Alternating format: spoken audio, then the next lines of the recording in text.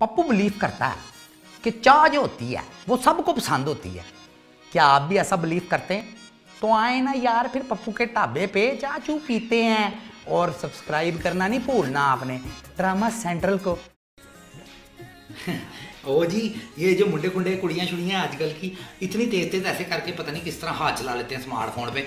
मेरे से तो चल भी नहीं रहा। आपको पता इतनी तेज़ी से ना किसी बच्चे के पेट में गुदगुदी करे ना हंस हंस के पागल ही हो जाए। पता नहीं किस तरह कर लेते हैं ये लोग। अभी मुझे ना एक लड़की कह रही है कि मुझे ना इनबॉक्स कर दो। तो मुझे तो पता नहीं कि ये कोई गैर शरीफाना हरकत तो नहीं होती। तो आप लोग बताएं कि ये कोई ऐसी अजीब हरकत तो नहीं है। बिकॉज आपको पता है कि पप्पू बहुत बड़ा जेंटलमैन है। एवं गड़बड़ ना हो जाए।